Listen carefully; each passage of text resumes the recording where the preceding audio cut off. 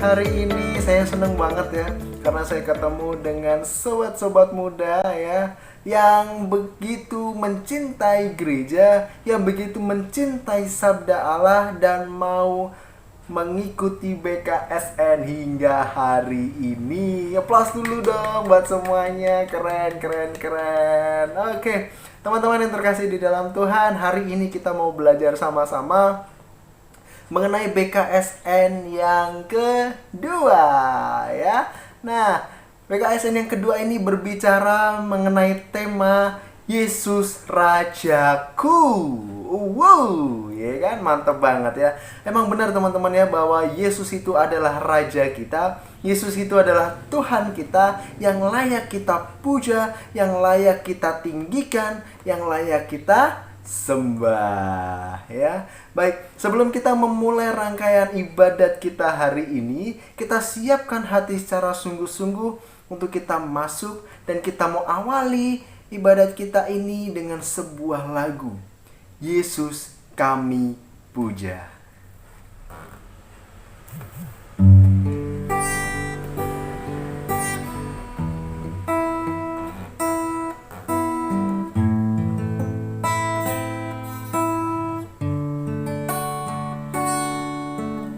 Yesus kami puja, kami sembah sebagai Raja,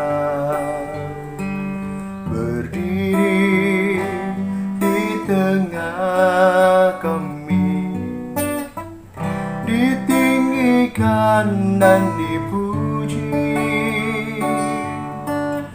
Yesus kami puja, kami sembah sebagai Raja, berdiri di tengah kami, ditinggikan dan dipuji. Sembah dan puji penuhi tatamu, sembah dan puji penuhi tatamu, sembah dan puji penuhi tatamu. Yesus Tuhan adalah Raja.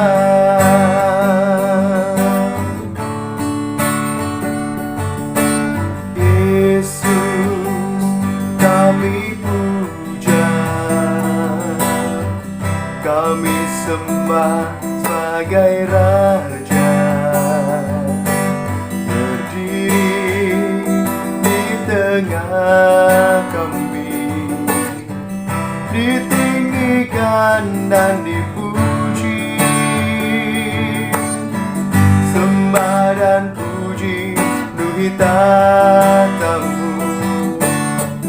sembah dan puji penuhi tatamu, sembah dan puji penuhi tatamu. Yesus Tuhan adalah Raja. Sembah dan puji penuhi tatamu, sembah dan puji penuhi tatamu, sembah dan puji penuhi tatamu. Yesus Tuhan adalah Raja. Sembah dan puji penuhi tatamu,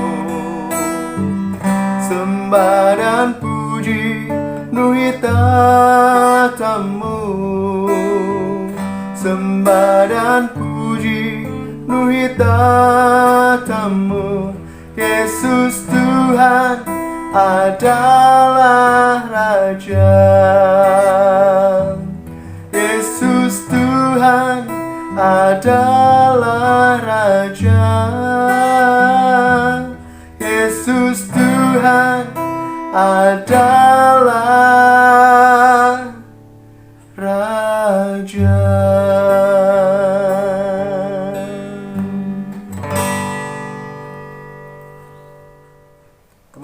terkasih di dalam Kristus, mari pada saat ini kita bersatu hati di dalam doa, dan kita mau mulai rangkaian ibadat BKSN kita hari ini dengan tanda kemenangan Kristus di dalam nama Bapa dan Putra Roh Kudus. Amin. Allah Bapa yang Maha Kasih dan Kekal, kami mengucap syukur buat perjumpaan di hari ini. Kami boleh belajar mengenal Engkau secara lebih lagi. Kami boleh belajar menyadari sungguh-sungguh bahwa Engkau adalah Allah, Raja kami yang hidup. Melalui Yesus Kristus Putramu, Engkau mengajari kami akan cinta kasih yang sesungguhnya. Dan terlebih daripada itu, Engkau membuat kami menyadari bahwa ada kuasa, ada kemuliaan di dalam nama Yesus Kristus, di dalam sosok Yesus Kristus yang selama ini kami puja, yang selama ini kami tinggikan. Dan melalui BKSN hari ini ya Tuhan, kami mohon bimbinglah kami dengan kuasa Roh Kudus-Mu, agar kami dapat mengerti dan memahami akan rahmat-Mu yang limpah. Ajari kami Tuhan menjadi seorang hamba yang taat dan setia kepada Tuannya, kepada Sang Raja yang agung, itu Yesus Kristus Tuhan kami. Dimuliakanlah nama-Mu Tuhan, kini dan sepanjang segala masa. Amin. Teman-teman yang terkasih di dalam Tuhan, pada subtema yang pertama kemarin, kita belajar sungguh-sungguh bagaimana Allah itu adalah sumber teladan cinta kasih yang sejati.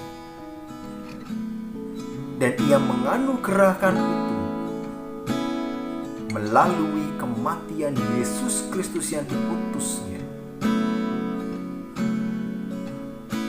Yesus memberikan hidupnya seutuhnya untuk memberikan keselamatan kepada kita umat manusia. Dan hari ini kita belajar Kristus yang bangkit dan menjadi Raja. Ia pula yang memberikan kepada kita pengertian-pengertian bagaimana kita ini hidup sebagai seorang hamba yang taat dan setia. Bagaimana kita melakukan hal-hal yang berkenan di hadapan Allah.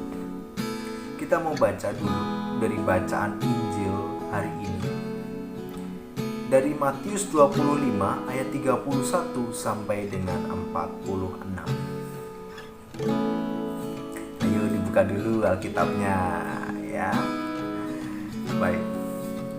Sudah ketemu Alkitabnya? Sudah dicari ya? Oke. Mari kita dengarkan sabda Tuhan.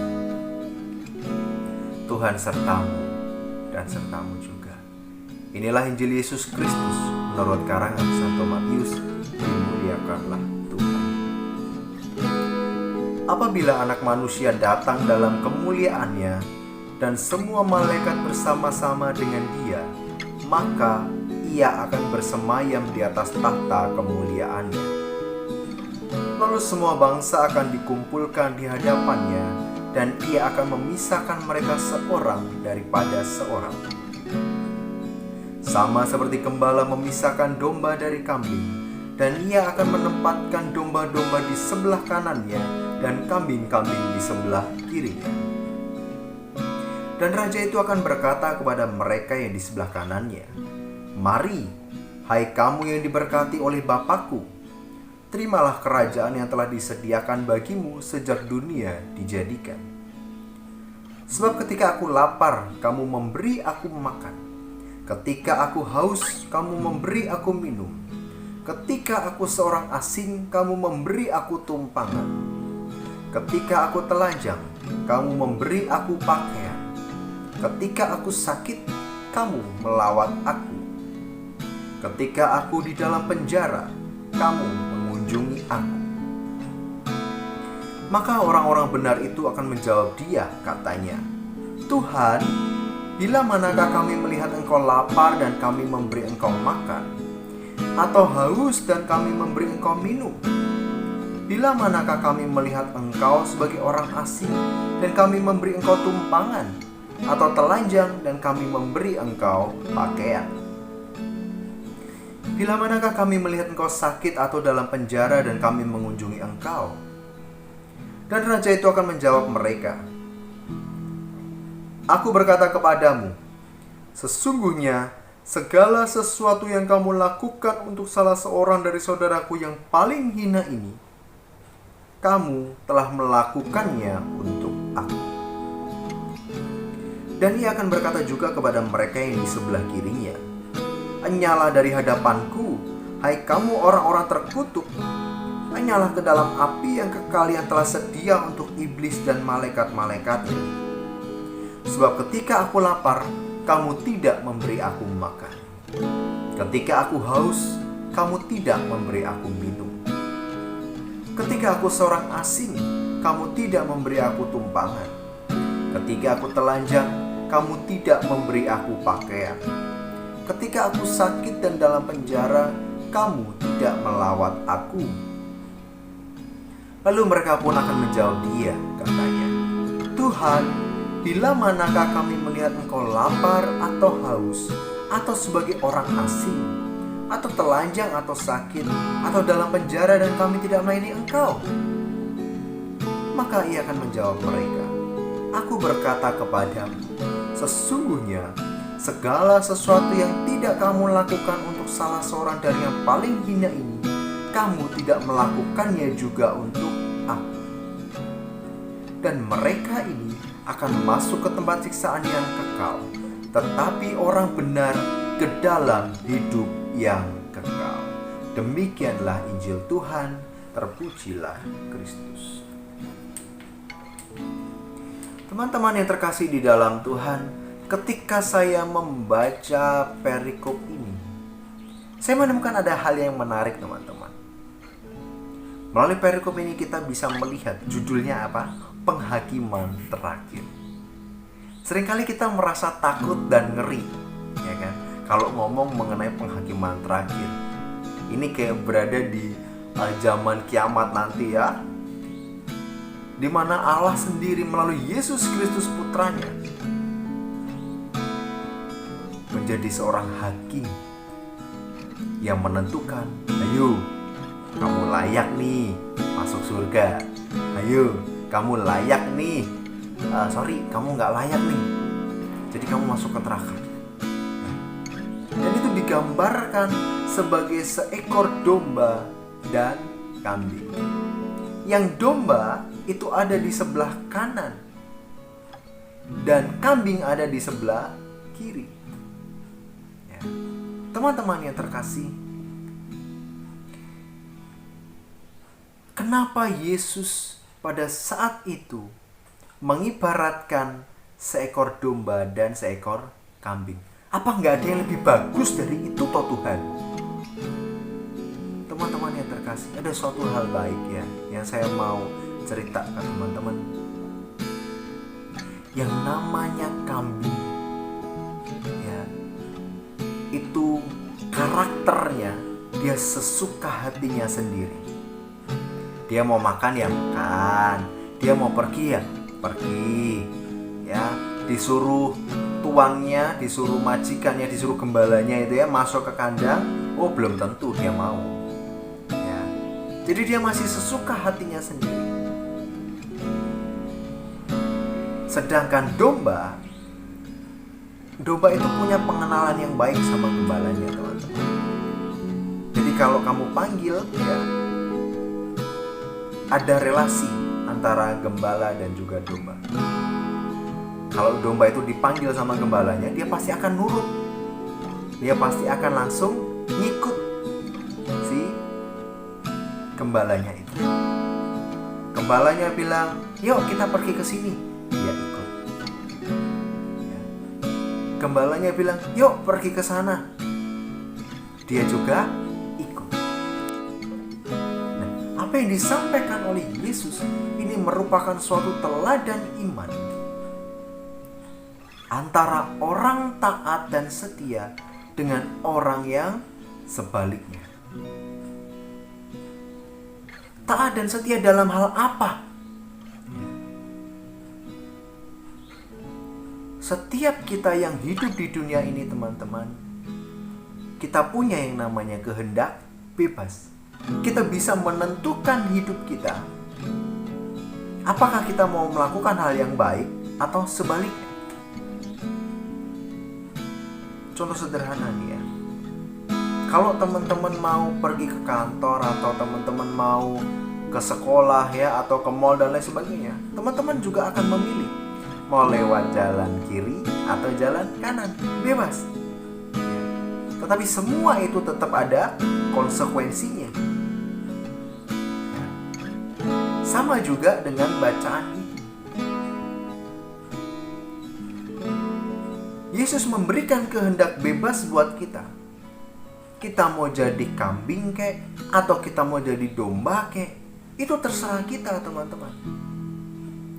Tetapi dalam hal ini ada konsekuensi yang gak main-main. Dan itu erat kaitannya dengan kehidupan kekal. Jadi kalau kita ini di masa muda, kita gak mengisi kehidupan kita lebih dulu dengan hal yang baik, hati-hati. Di endingnya nanti ada konsekuensi yang kita harus tanggung.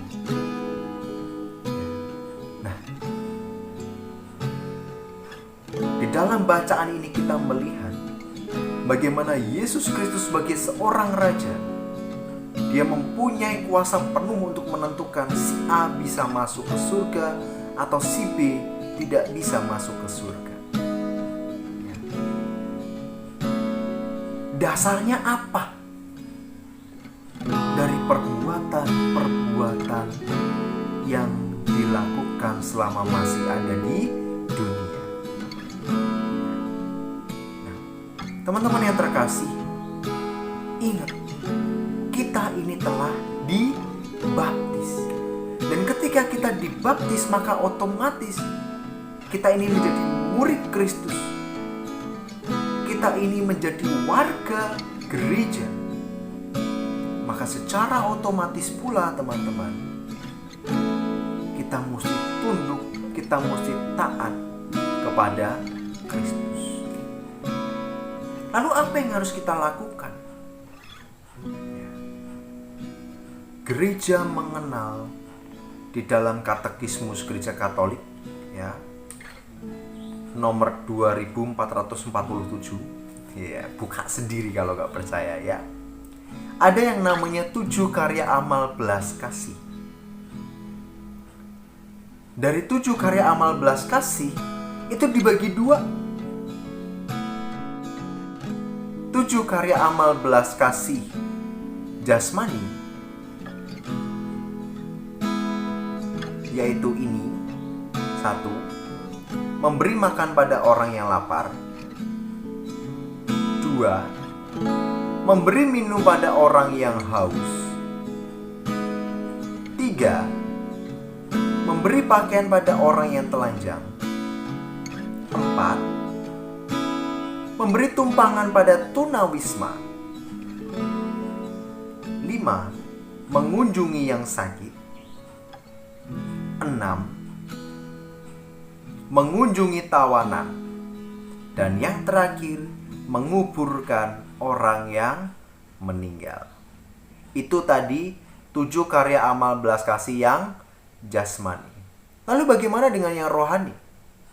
Ternyata juga ada loh. Ya. Yang pertama, menegur orang-orang berdosa. Kedua, mengajar mereka yang tidak tahu. Ketiga, membimbing yang ragu-ragu.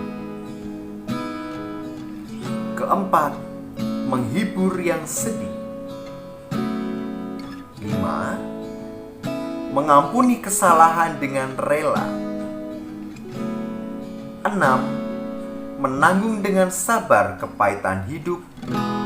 Dan yang terakhir, mendoakan orang yang masih hidup atau juga yang sudah meninggal. Ketika kita melakukan 7 karya amal kasih ini, maka otomatis deh, ya, nggak perlu terlalu hebat di dalam kitab suci, ya, nggak perlu terlalu hafal teologi yang tinggi-tinggi, itu nggak perlu.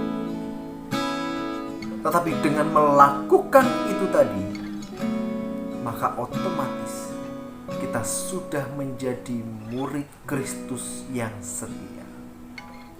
Kita sudah menjadi hamba yang taat. Ya. Karena Yesus sendiri bilang, ya, dan ini menarik teman-teman apa yang Yesus katakan ini di perikop ya. Kalau di dalam perikop ada 2 kali kalimat itu disebut, maka itu adalah sesuatu hal yang penting. Yesus bilang begini, Aku berkata kepadamu, sesungguhnya segala sesuatu yang kamu lakukan untuk salah seorang dari saudaraku yang paling hina ini, kamu telah melakukannya untuk aku. Jadi teman-teman, Yesus Kristus juga hadir pada diri orang-orang yang membutuhkan. Gak cuma dalam hal-hal yang jasmani, mereka yang berkekurangan, mereka yang lemah, miskin, tersingkir, dan difabel. Gak cuma itu, tapi juga yang rohani.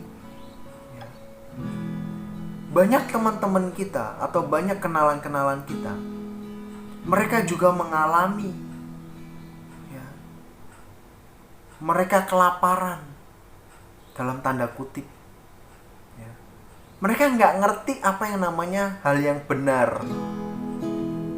Dan di titik itu kita memberitahukan kepada mereka kebenaran. Banyak juga di antara mereka, ya, mereka itu buta. Mereka nggak punya visi, nggak punya tujuan hidup. Hidup aku tuh mesti ngapain gitu. Dan di sini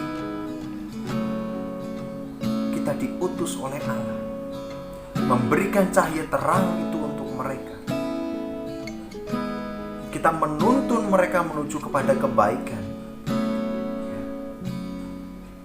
Dan dengan melakukan semuanya itu teman-teman, kita sungguh-sungguh menjadi murid Kristus yang sejati. Mari teman-teman, kita belajar untuk hidup sebagai seorang hamba yang setia, hamba yang taat kepada Sang Raja. Dengan melakukan tindakan amal belas kasih, baik jasmani maupun rohani, kita melakukan itu semua. Dengan demikian, Kristus sungguh-sungguh hadir dan meraja di dalam hidup kita semua. Dimuliakanlah nama Allah, kini dan sepanjang segala masa. Amin. Mari kita tutup di dalam doa. Allah Bapa yang Maha Kasih, kami mengucap syukur buat sabdamu hari ini yang mengingatkan setiap kami, yang juga meneguhkan kami apa yang harus kami lakukan sebagai seorang hamba yang taat dan setia kepada Raja-Nya. Pimpinlah kami ya Allah dengan terang Roh Kudus-Mu, agar kami sungguh-sungguh mampu dan menghayati akan kebenaran sabda-Mu dan melakukannya di dalam keseharian kami. Ajarilah kami ini Tuhan menjadi teladan kasih-Mu, terutama di dalam mempraktekkan amal belas kasih kami kepada masyarakat, kepada sesama kami dimanapun mereka berada. Dan kami yakin kuasa-Mu sendiri yang menyertai kami. Doa yang tiada sempurna ini kami naikkan di dalam nama Yesus Kristus, sebagai Tuhan dan Raja kami yang hidup dan bertahta, kini dan sepanjang segala masa. Amin. Dalam nama Bapa dan Putra Roh Kudus. Amin. Nah, teman-teman, mari kita akhiri perjumpaan kita hari ini dengan sebuah lagu yang meneguhkan apa yang kita pelajari tadi ya. Apa yang kita hayati bersama di dalam pertemuan BKSN yang kedua ini. Sebuah lagu yang mengingatkan kita bahwa masih banyak orang di luar sana, mereka yang membutuhkan bantuan kita, mereka yang membutuhkan uluran tangan kita, dan Tuhan mengutus kita untuk menjadi alat-alatnya, untuk menjadi dalam tanda kutip tangan-tangan kecilnya Tuhan ya, kepada mereka yang membutuhkan. Sebuah lagu yang menarik, bagaimana dengan mereka?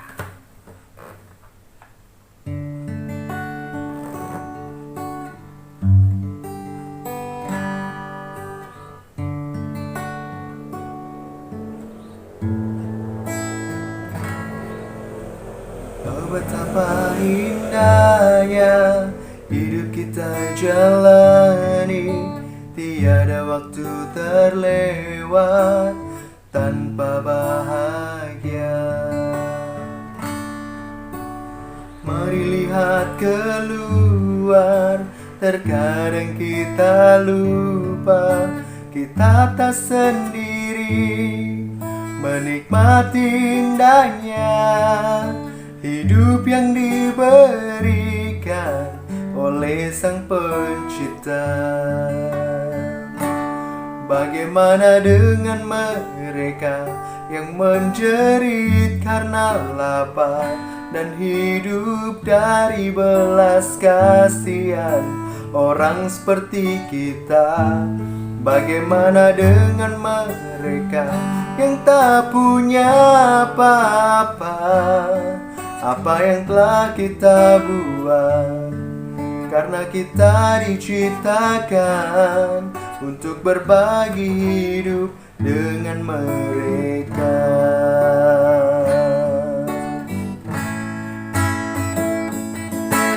Oh, betapa indahnya hidup kita jalani, tiada waktu terlewat tanpa bahagia. Mari lihat keluar, terkadang kita lupa kita tak sendiri, menikmati indahnya hidup yang diberikan oleh Sang Pencipta. Bagaimana dengan mereka yang menjerit karena lapar dan hidup dari belas kasihan orang seperti kita? Bagaimana dengan mereka yang tak punya apa-apa? Apa yang telah kita buat? Karena kita diciptakan untuk berbagi hidup dengan mereka. Bagaimana dengan mereka yang menjerit karena lapar dan hidup dari belas kasihan orang seperti kita? Bagaimana dengan mereka yang tak punya apa-apa?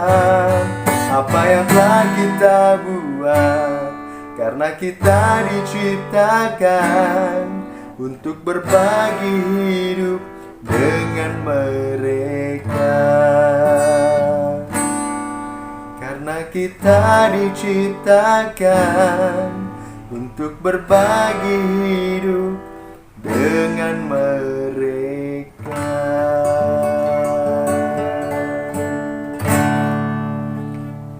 Tetap semangat teman-teman. Jangan lupa berbagi ya. Tuhan Yesus memberkati. Shalom, bye bye.